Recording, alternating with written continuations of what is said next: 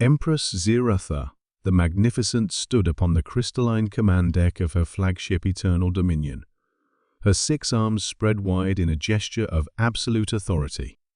The bioluminescent patterns across her scaled hide pulsed with the deep crimson of barely contained fury.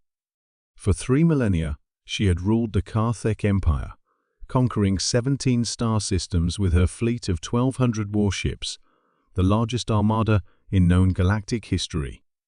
"Impossible," she hissed through her translator, her serpentine tail lashing against the deck plating.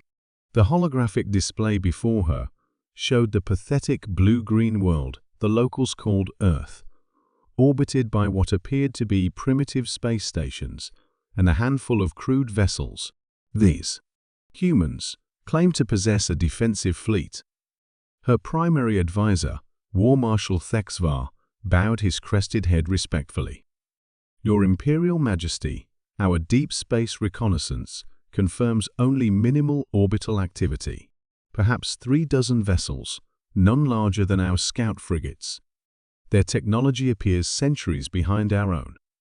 Empress Ziratha's mandibles clicked in satisfaction.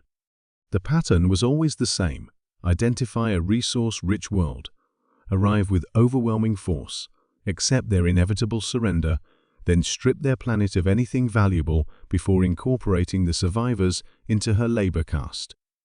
Earth's vast oceans and abundant minerals would fuel her empire's expansion for generations. "Signal their planetary government," she commanded. "Standard ultimatum protocols.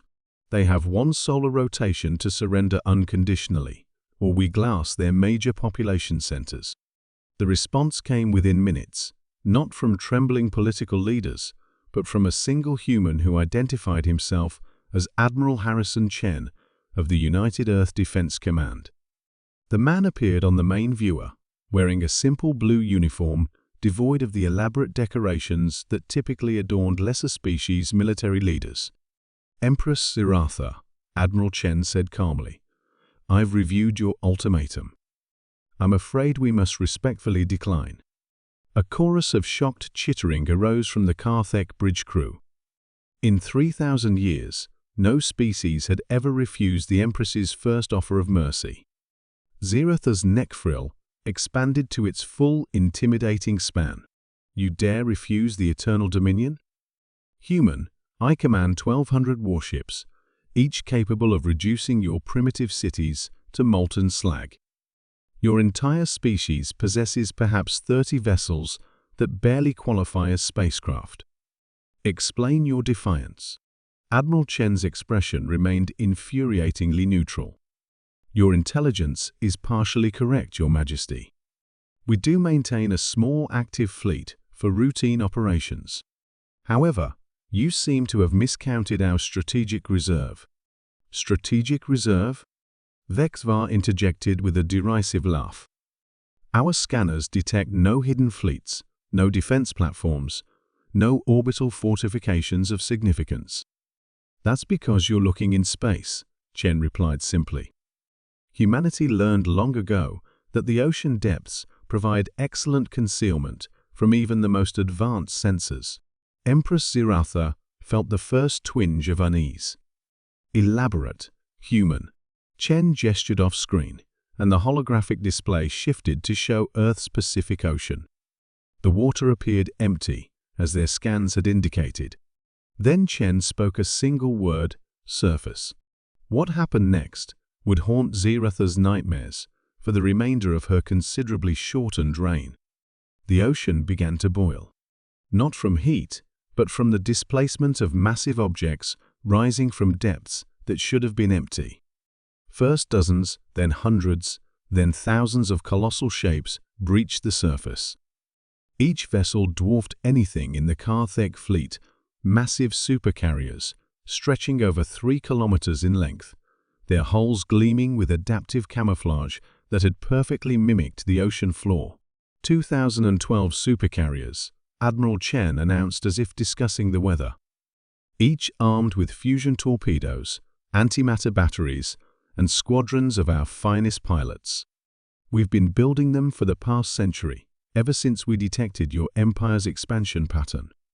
The bridge fell silent, except for the sound of Empress Ziratha's labored breathing. Her tactical computers struggled to process the impossible data streaming from their sensors. Each human supercarrier outgunned her largest dreadnoughts. Their combined firepower exceeded her entire armada by a factor of 6. "Impossible," she whispered.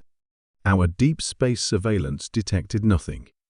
"How did you hide such a massive fleet?" "We didn't hide them," Chen explained patiently. "We built them underwater, in factories on the ocean floor. Your sensors are designed to detect metal and energy signatures in space, not composite materials resting in natural thermal layers 6 kilometers below sea level. We've been watching your expansion for decades, Empress. We knew you'd come eventually." War Marshal Thexvar's voice cracked as he spoke. "Your Majesty, our tactical analysis suggests we cannot achieve victory against such odds." Empress Ziratha's rage reached a crescendo. Her bioluminescent patterns flared so brightly that several bridge officers shielded their optical sensors. "Treacherous mammals! You dare ambush the Eternal Dominion. No species has ever defeated you?" Chen interrupted gently.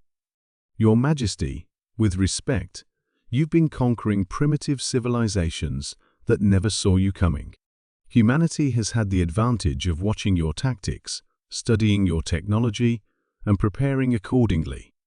We've been ready for this moment since before your great-grandmother hatched." The tactical display showed the human supercarriers assuming battle formation with mechanical precision. Launch bays opened along their massive hulls, disgorging clouds of fighter craft that moved in perfect synchronization. Each squadron appeared to number in the thousands. "You have a choice," Empress Admiral Chen continued. "You can order your fleet to attack, and will demonstrate exactly why humanity has remained unconquered for 50,000 years of galactic history. Or you can accept our counter-proposal." "Counter-proposal?" Ziratha's voice was barely a whisper. "Unconditional withdrawal from this system, cessation of all aggressive expansion, and reparations to the 17 species you've enslaved. In return, we won't reduce your fleet to cosmic debris and broadcast the recording across the galaxy as a warning to other would-be conquerors." Empress Ziratha stared at the impossible display of human naval power. 2,000 supercarriers floated on Earth's oceans like sleeping leviathans, their weapon systems powered but not yet targeted. The humans had turned her own strategy against her overwhelming force, deployed at the moment of maximum psychological impact. For the first time in 3 millennia, the Empress of the Karthek Empire found herself utterly, completely outgunned. "Your answer, Your Majesty?" Admiral Chen asked politely. Ziratha's tail drooped in defeat. The age of easy conquest was over. Humanity had just rewritten the rules of galactic warfare, one hidden supercarrier at a time.